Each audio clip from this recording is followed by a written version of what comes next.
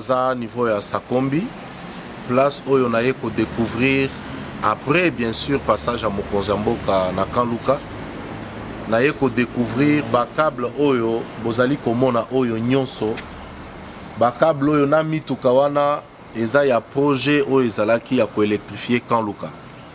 Ba câble oyo esali 2 ans na mituka na ba lumière biloko nyonso esali 2 ans. Biloko oyo ezali ya ko servir 30 000 ménages, s'il vous plaît. 2 ans, bato baza na minda te, mais 2 ans biloko yango yo, eza na kati ya kobeba. Biloko bozo mona oyo ezui ba millions de dollars, oyo toza na kati ya kobebisa. Ekokoma neti ba maison préfabriquée.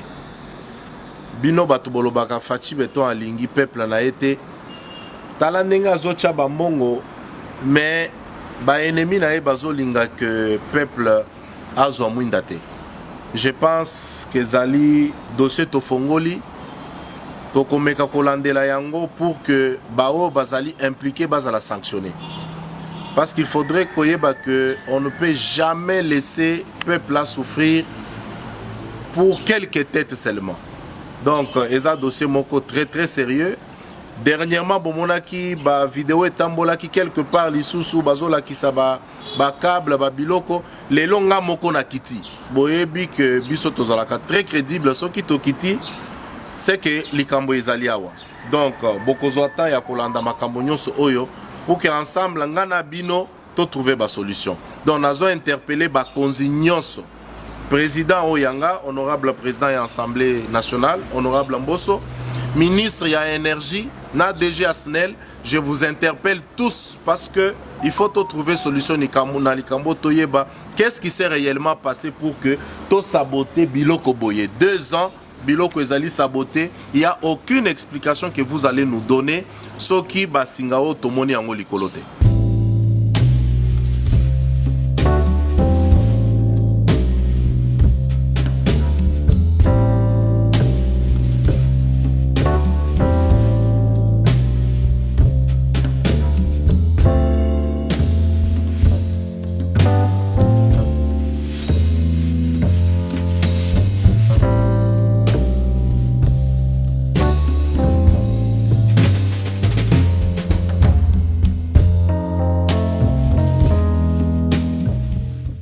Enseignant sur les biloko et bandi automatique. Donc tout ça et ça fait 2 ans. Et ça ba poto et ba chaka pour na kucha ba lumière likolo après installation ya projet yango nyonso 2 ans nyonso ba abandonné yango c'est catastrophique.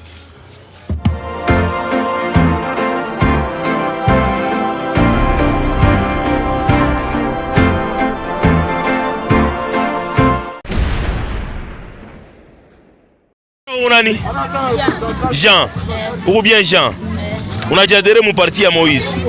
Hein? Ton fils d'adhésion.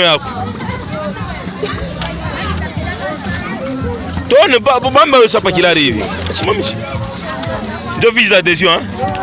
Ok, Jean, on a mis un gapi. On a mis un gapi. On a 18 ans, oui. Ok, Jean, on a mis un gapi. On a 18 ans, oui. On a mis un gapi. On a 18 ans, oui. Je ne sais pas si on a 12 ans.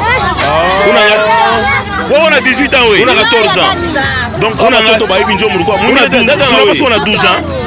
On a ah, ok. On a 14 ans. Je ne sais pas on est nani. Dans Nicole. Mon Dieu, on a déjà adhéré mon parti à Moïse Léa.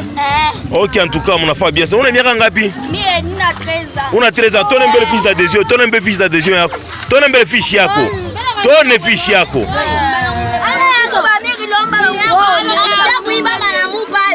Ok. Ya solo le kinangai non seulement nazali kalaka mais nazali motei à université. Natangisaka awa na université à Kinshasa. Nazali na bacours na 3e graduat, na 2e licence, na Kisangani ndenge moko bacours na 3e graduat, puis na 2e licence. Na beaucoup c'est ceux qui n'ont pas étudiant Zomi, la deuxième licence, peut-être Moko, Ndaibiko Koma, français moi mouké, ou Aibiko Loba français moi mouké. Basuswa na nyonso, Baibiko Komate, Baibiko Lobate. La Kanisi, ce qui gouvernement a bandi Kolobatan ou nyonso que enseignement na biso ezayi malamu, donc gouvernement azali kokosa population. Puis gouvernement azali ko condamner jeunesse na biso pe avenir na ekolo na biso. Parce que avenir ya ekolo ezalaka nde ba jeune bilenge. Et école ezala na avenir ya malamu soki bilenge bazwi formation ya malamu. Formation ebandaka na école primaire.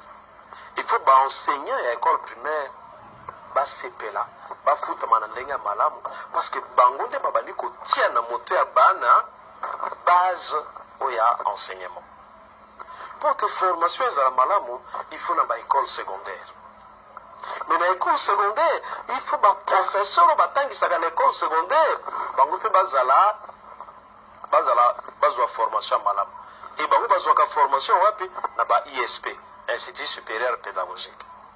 Donc c'est que baye batangisaka na école secondaire ba professeur bango pe bazala na esengo bafutama na ndenge elongo bani pe bango pe bazwa formation oya malamu ndenge na ndenge do koma na université. Or sikoyo enseignement primaire ba province mingi bafutama kana retard tamususu ki bafutami mbongo na bango ko koma balongoye loka bakino balobaka ba dégrene ndambo comptable ke kozwa kuna akati pour la transport na ye et ainsi de suite babi bancarisation go pe commune no malonga penza te surtout na intérieur. Mais même en Kinshasa bancarisation batu bakino teleko vanda toute la journée tamususu 2 jours azuna mbongo na été. Donc il y a tellement de problèmes à telle enseigne que ba lakisi mingi ba tei mingi basala ka isu musala na bangote ndenge longo baye eza na primaire eza na secondaire eza na université ta na université ndenge ba professeur mingi omona awa ake bandundu omoni awa ake mbanda omoni awa ake ba ko ni Congo central pona nini parce que mbongo l'état ezo futaye ezali moke azokuka koleisa mwasi na bana ete amilatisa pe asombaka ba livre mususu na bibliothèque ba livre asika yakate ba revue scientifique yakate yemoka sombo nae. Donc il faut qu'il luka à gauche et à droite tangwana moyen que akoba mosala na ndenge ilongo bani ezalité bana bazali mingi na université mais ba assistant bazali mingi te pona ko encadrer bana donc bana banso bazokoma na université baibi français te.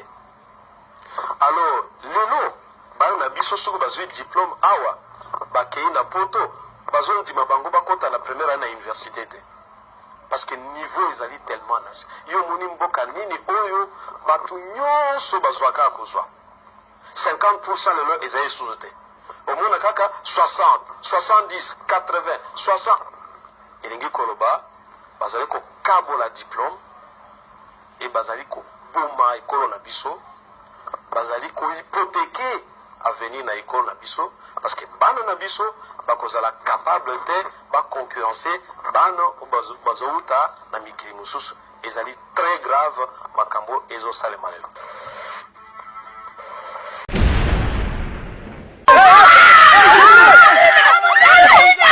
La population Tsembangu au quartier Chimpi, à la rive droite du fleuve Congo dans la commune de Matadi, est surprise par la présence d'un éléphant qui erre tout autour de leur village. Aussitôt informé, le maire de Matadi, Patrick Sioma Kengedi, accompagné du commissaire professeur de la police nationale congolaise Congo central, les commissaires divisionnaires adjoints Placide Niembonga Lucha, rejoignent le bourgmestre de Matadi, Jean-Marie Sompaboulezi, sur le lieu où se réfugie chez Pachyderme. Ils viennent s'enquérir de la situation. Un éléphant qui est sorti dans la ville. J'ai dû faire rapport au gouverneur de province qui a dépêché sur place le commissaire provincial de la PNC pour se rendre compte. Et déjà le bourgmestre de Matadi qui était là. Et là, nous venons de voir. Vous saviez que l'éléphant est un animal protégé. Mais nous qui sommes venus, vous avez vu que nous voulons d'abord être sur terrain, se rendre compte. Mais nous avons constaté que jusque-là, l'animal n'a pas encore créé de dégâts. Donc nous rentrons, le commissaire provincial Linois et le bourgmestre, pour faire rapport à l'autorité provinciale qui prendra d'autres dispositions. La présence de cet animal suscite des inquiétudes au sein de la population qui craint que ces champs soient ravagés.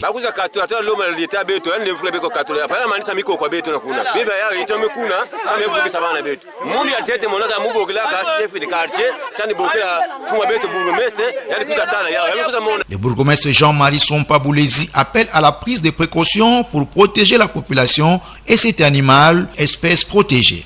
C'est ce que nous craignons parce que même s'il n'est pas agressif, mais il est en train de ravager les cultures. Alors que nos populations vivent, la quasi-totalité de la population vit de l'agriculture. Voilà pourquoi nous voulons interpeller ici les autorités du secteur de l'environnement et même du tourisme et bien vouloir saisir cette opportunité pour récupérer la bête et la placer peut-être dans un zoo. Ces jours-ci, les éléphants apparaissent fréquemment dans les forêts du Congo central. C'est le cas de Nerema à Luozi, à Nsumbi, à Tchela et à Lukula, où un éléphant a failli même tuer un garçon de 15 ans.